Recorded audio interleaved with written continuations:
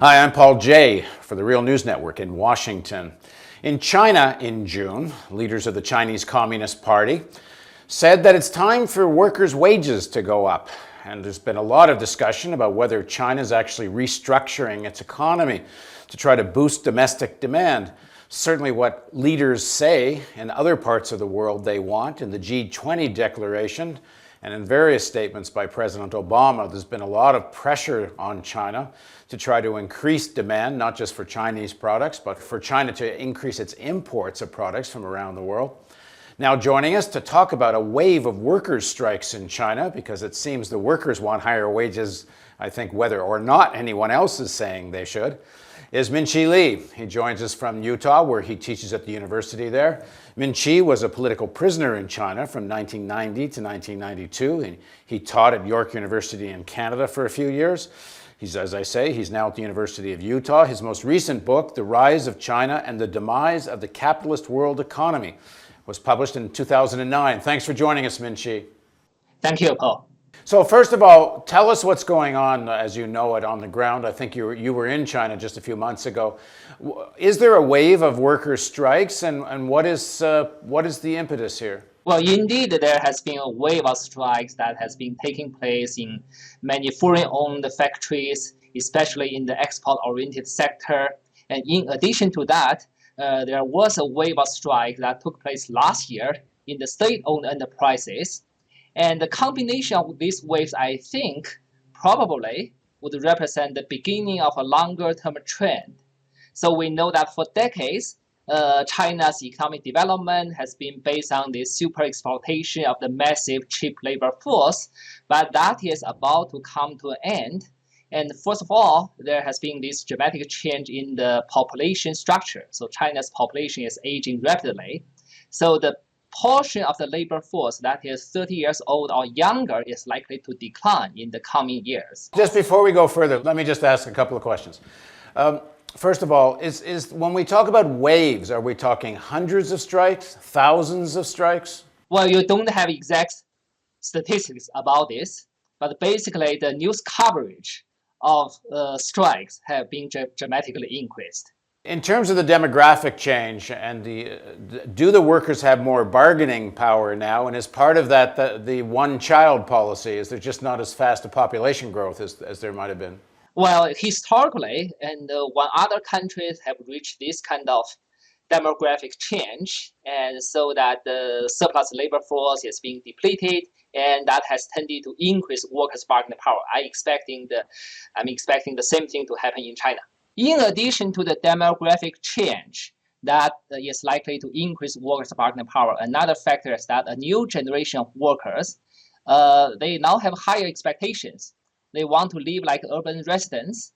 And so in a few years, and we are going to see the combination of these factors may result in more workers' organizations and more militant workers' activities, and that potentially could change China's income distribution. So to what extent is this being forced by the workers' struggles and versus an actual plan by the Chinese Communist Party to try to increase incomes of the workers? They do claim to be the party that represents workers. Well, they do claim, but I think as far as the reality is concerned, the current waves of strikes and the current work struggle is probably 100% coming from workers' own initiative. Although the central government has made repetitive statements about the desire to increase workers' wages, but so far it has not translated into actual action at the local level.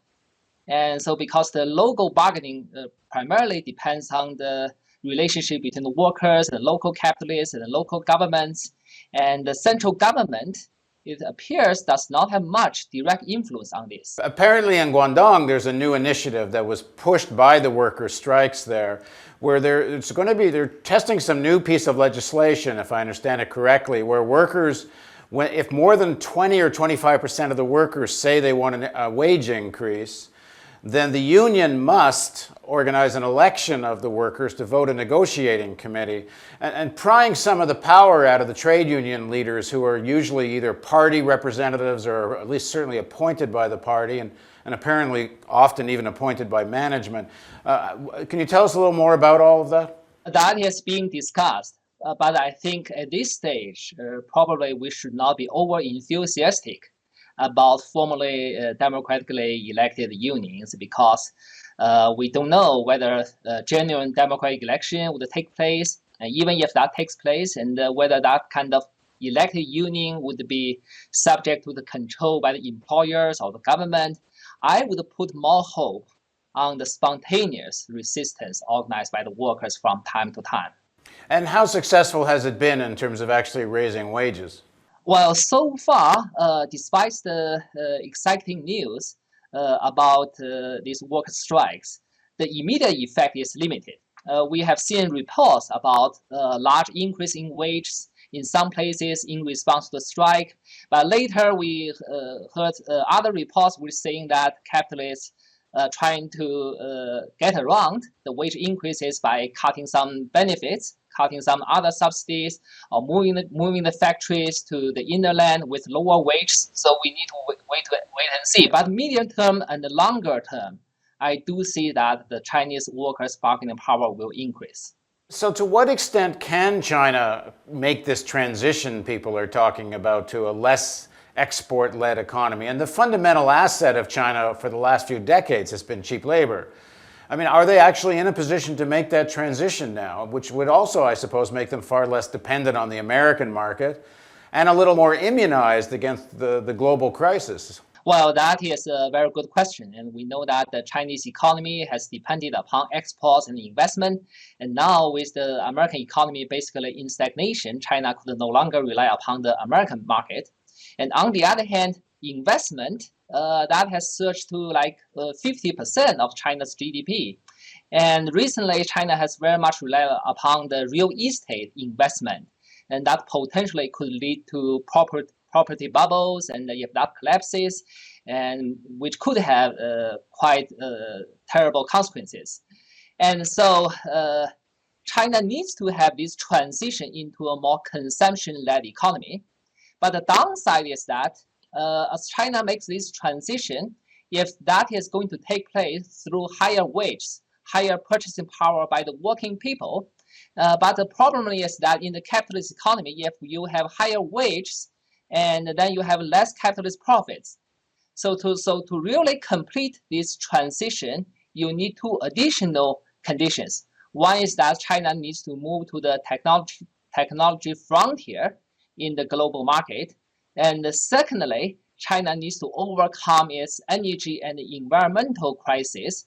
And neither of the two is very easy. There's a lot of talk in the West about China and to some extent India being the saviors of the global economy. In fact, there's even been some talk that the elite in the United States don't even need the American market as much anymore. They're looking to make their investments and their profits in Asia, particularly China and India. I mean, is that realistic? The growth in Chinese workers' wages is going to have to increase pretty quickly to have that kind of effect. The latest news is that last month the U.S. trade deficit unexpectedly surged by 20%. So I think it's too early to predict that the U.S. is going to benefit a lot from the expansion of the Chinese market. And certainly, as Chinese economy continue to grow, its imports will grow. But that primarily will increase China's demand for energy and raw materials. So that will benefit the Middle East, Russia, Latin America. And China will also increase demand for high technology capital goods. So far, that has primarily benefited countries like Germany or Japan. So whether the U.S. can get a share of that, we need to wait and see. Now, to what extent are these strike struggles political, if at all? In other words, on two fronts. One, questioning the power of the Communist Party. And two, is there any, there must be a memory of at least the slogans of socialism in China. Is there any impetus towards a more real socialist type of economy, or are the workers liking more or less this capitalist form? Well, you have the one thing we need to know about the Chinese working class is that it's still divided into, broadly speaking, two segments. On the one hand, you have the new workers, the migrant workers who had origin in the countryside and recently moved to the cities to participate in the capitalist sector. And that is the part of a workers' strike that has been widely covered by the media for now.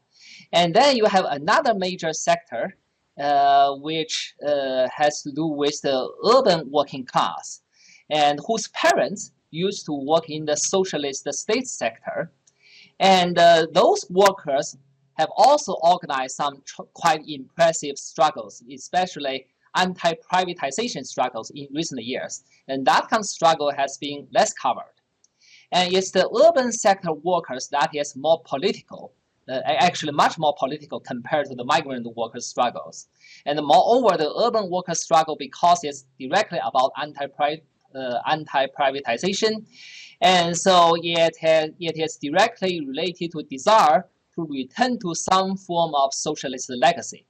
And on the other hand, I would say that the migrant workers, for now, remain politically inexperienced.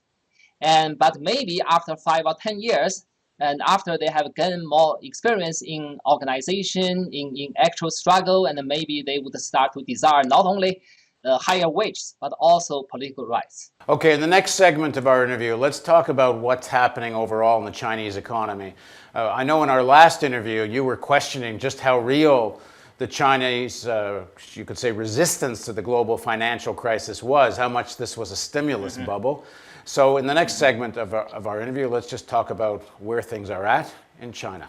Please join us on the Real News Network.